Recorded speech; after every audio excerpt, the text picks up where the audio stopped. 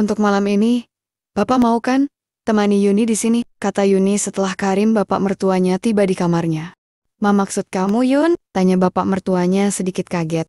Ah, Bapak tahu kan, Yuni sama Mas Hendra sudah jarang. Tapi Bapak ini kan... Ih, Bapak cuma jawab iya. Apa susahnya sih Pak? Selesai berkata demikian, Yuni justru menarik Karim untuk mendekat. Spontan Karim tak lagi bisa bicara, lantaran Yuni lebih dulu memberi sambutan istimewanya.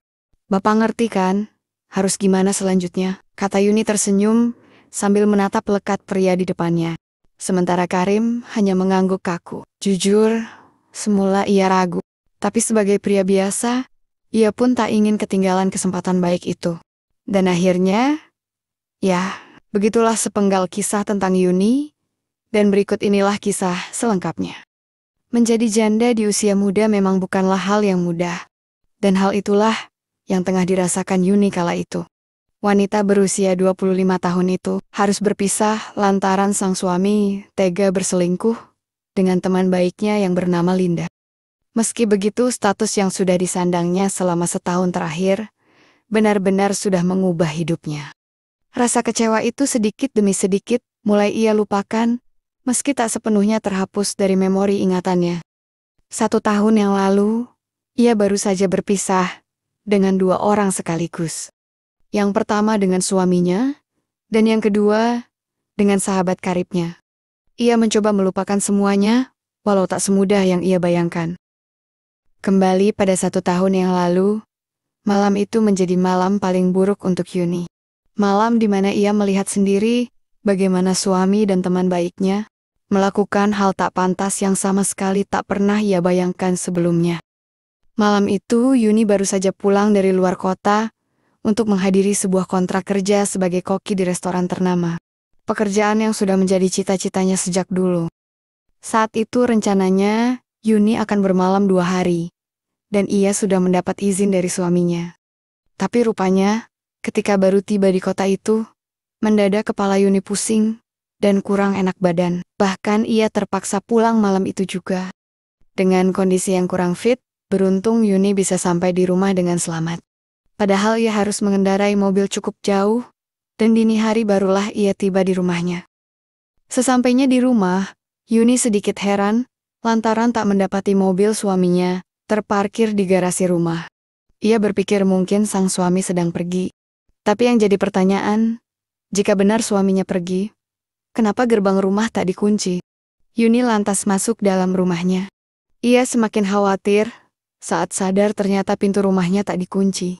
Ia hanya mengkhawatirkan suaminya, lantaran sebelum Yuni berangkat pagi tadi, hanya ada suaminya di rumah.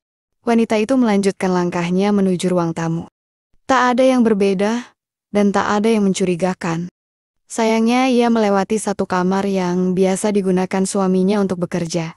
Wanita itu lantas mengambil ponsel guna menelpon suaminya. Yuni ingin menanyakan sang suami ada di mana, sekaligus memberitahu jika ia sudah pulang. Tapi, di saat Yuni mulai menelpon nomor sang suami, secara bersamaan, ia mendengar suara seruan samar-samar. Suara yang entah dari mana, dan itu terdengar lirih, hingga membuat pikiran Yuni teralihkan. Ia melangkah mencari sumber suara, dan langkahnya terhenti, tepat di depan sebuah ruangan tak berpintu. Ruangan gelap, tanpa penerangan, tapi terdengar jelas sekilas gumaman 2 orang. Kamu yakin, Hen? Yuni nggak pulang. Suara seorang wanita yang cukup Yuni kenal. Iya Lin, tenang aja. Lusa dia baru pulang kok. Jelas dan yakin. Itu adalah suara Hendra suaminya. Ya udah kalau gitu Hen. Satset dong ah. Setelah sang wanita berkata demikian, terdengar kembali sebuah seruan kegembiraan. Hal itu membuat Yuni yakin, jika 2 orang itu sedang skibi di papap saat itu. Lambat laun, Yuni kehilangan kesabaran. Dan lantas masuk membuat 2 orang itu pun gelagapan. Hendra yang saat itu sibuk melajukan kebaikan dari haluan belakang pun kaget bukan kepalang. Begitupun dengan Linda teman baik Yuni yang juga kelimpungan dan menjauh tiba-tiba. Mereka tampak semrawut dengan peyuh menghiasi wajah dan lainnya. Loh dek, kok udah pulang? Kata Hendra terbata sambil buru-buru mengambil kabinet serta segitiga bermuda Hindia. Yuni, Mama maaf, aku tadi cuma belum selesai Linda bicara. Yuni berbalik dan pergi begitu saja. Ia kembali melajukan mobil tanpa tahu arah dan tujuannya. Ya, peristiwa 1 tahun lalu itu membuat Yuni yang dikenal riang dalam sekejap berubah murung begitu saja. Ia bahkan sempat berpikir untuk mengakhiri hidup, tapi beruntung bayangan kedua orang tuanya yang sudah tiada seolah memberi semangat untuk tetap melanjutkan kehidupannya. Setelah mengurus perpisahan, Yuni memutuskan untuk pergi dari kota tersebut dan tinggal di kota Jogja. Ia tinggalkan pria serta teman baiknya yang sudah membuat hidupnya hancur. Kendati demikian, Yuni tetap berusaha tegar seorang diri. Ia yakin suatu saat bisa tersenyum tanpa bayang-bayang dua orang itu. Seperti sore itu, Yuni tengah sibuk membuat kue kek pesanan orang di kedai kopinya. Ia menyibukkan diri dengan kegiatan yang membuat harinya lebih ceria. Menjalani pekerjaan dan hobi secara bersamaan benar-benar membuatnya senang. Ia bisa menghasilkan uang, bahkan sudah mempunyai kedai sendiri untuk ekonominya yang sudah mandiri. Setelah kue kek buatannya selesai, Yuni lantas menuju pintu untuk menutup kedainya. Apalagi hari sudah beranjak petang.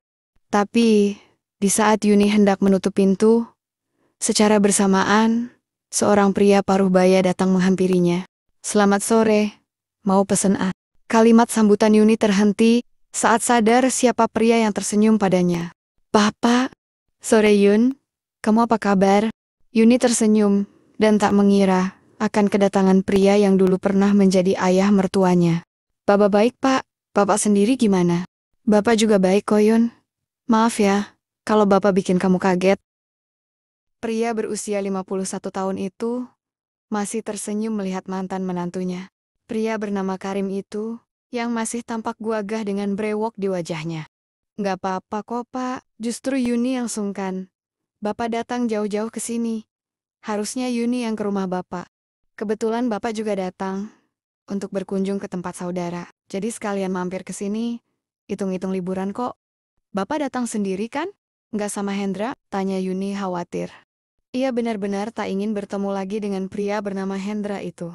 Dulu, setelah bercerai, Yuni memang menyempatkan diri datang menemui mertuanya itu untuk pamit. Ia juga sempat meninggalkan nomor ponsel, berharap masih bisa menjalin komunikasi dengan pria yang ia anggap seperti orang tuanya sendiri. Ia hanya berpesan untuk tak memberi nomor ponsel dan alamat tinggal Yuni saat itu.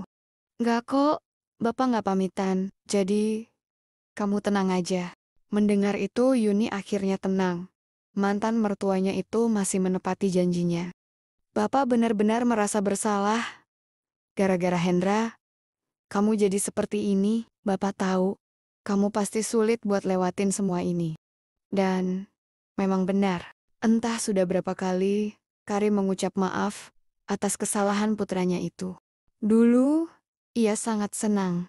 Putranya itu datang dengan membawa wanita cantik yang merupakan calon menantunya. Tapi semua kesenangan itu sirna oleh kesalahan putranya sendiri. "Oh ya, Bapak berapa lama di sini?" "3 hari mungkin. Bapak juga belum berkeliling. Kalau mau, Yuni bisa temenin Bapak jalan-jalan. Yuni tahu tempat-tempat yang bagus di sini." "Boleh, kalau nggak ganggu kerjaanmu." "Nggak kok, Yuni bisa libur sementara." Karim pun tersenyum, dan semakin lama perbincangan mereka terlihat lebih akrab. Mungkin karena keduanya sudah lama tak bertemu, membuat perbincangan mereka lebih santai. Karim baru pamit pulang saat hari sudah akan gelap, dan besok siang akan datang kembali untuk jalan-jalan. Singkat kata, di keesokan harinya, siang itu, Yuni sudah tampak rapi ketika pesan WhatsApp ia terima dari bapak mertuanya. "Yun, Bapak sudah di depan kedaimu." Tanpa membalas, Yuni bergegas ke depan pintu dan menemukan mobil hitam mertuanya terparkir di depan kedai. Karim tampak tersenyum. "Ayo Yun," kata pria paruh baya itu sambil melambaikan tangan. Yuni mengangguk dan berlari setelah mengunci pintu rumahnya. "Bapak, mau kemana dulu?" tanya Yuni beberapa saat setelah mobil melaju. Keduanya menuju ke beberapa tempat wisata Dan sempat pula Karim membelikan baju untuk menantunya di gerai sekitar tempat wisata. Mereka baru kembali saat hari sudah gelap. Sebelum pulang, gimana kalau kita makan dulu, Yun? Tanya Karim ketika di perjalanan. Jadi, Bapak lapar ya? Karim tersenyum. Ia ragu untuk mengakui jika ia memang sedang lapar. Gimana kalau Bapak makan di tempat Yuni aja? Yuni bisa masak dulu, kalau Bapak mau nunggu. Yuni berpikir tak ada salahnya juga jika ia membuatkan lagi makanan seperti yang biasa ia lakukan dulu. Wah, kebetulan. Bapak memang kangen sama masakanmu. Kalau kamu nggak keberatan, Bapak mau kok. Akhirnya, mereka memutuskan untuk pulang ke kediaman Yuni. Perjalanan pun cukup singkat, karena memang jarak yang dekat dari tempat tinggal Yuni. Setelah sampai, keduanya pun menuju dapur. Karim duduk di meja makan, sementara Yuni mencari bahan masakan di kulkas yang tak jauh dari tempat bapak mertuanya berada. Bapak nggak nyangka, kamu melewati masa-masa sulit itu sendirian, kata Karim yang tiba-tiba sudah berdiri di samping Yuni. Ya Pak, tapi Yuni bersyukur, karena ada banyak hal yang Yuni dapat dari semua itu. Yuni juga senang. Bapak masih sama seperti dulu. Ya mau gimana pun, Bapak tetap anggap kamu anak sendiri, Yun. Kalau ada apa-apa, kamu jangan sungkan-sungkan ya. Telepon Bapak. Iya, Pak. Ya sudah. Bentar ya, Pak, Yuni masak dulu. Yuni kemudian melangkah menuju kompor di depannya. Sementara Karim kembali duduk di meja makan. Entah mengapa, sejak bertemu Karim mertuanya, Yuni merasakan sebuah kasih sayang yang telah lama tak ia dapatkan. Aneh, namun itulah kenyataannya. Sambil memasak, sesekali Yuni menoleh ke arah Karim. Wanita itu tersenyum, melihat bapak mertuanya yang juga memperhatikannya. Pria itu kembali menghampiri Yuni. Lalu tiba-tiba, memyunya. Kamu makin cantik, Yun. Apalagi lagi masak, ujar Karim di dekat telinga menantunya. Yuni pun tersipu. Ah, Bapak, bisa aja.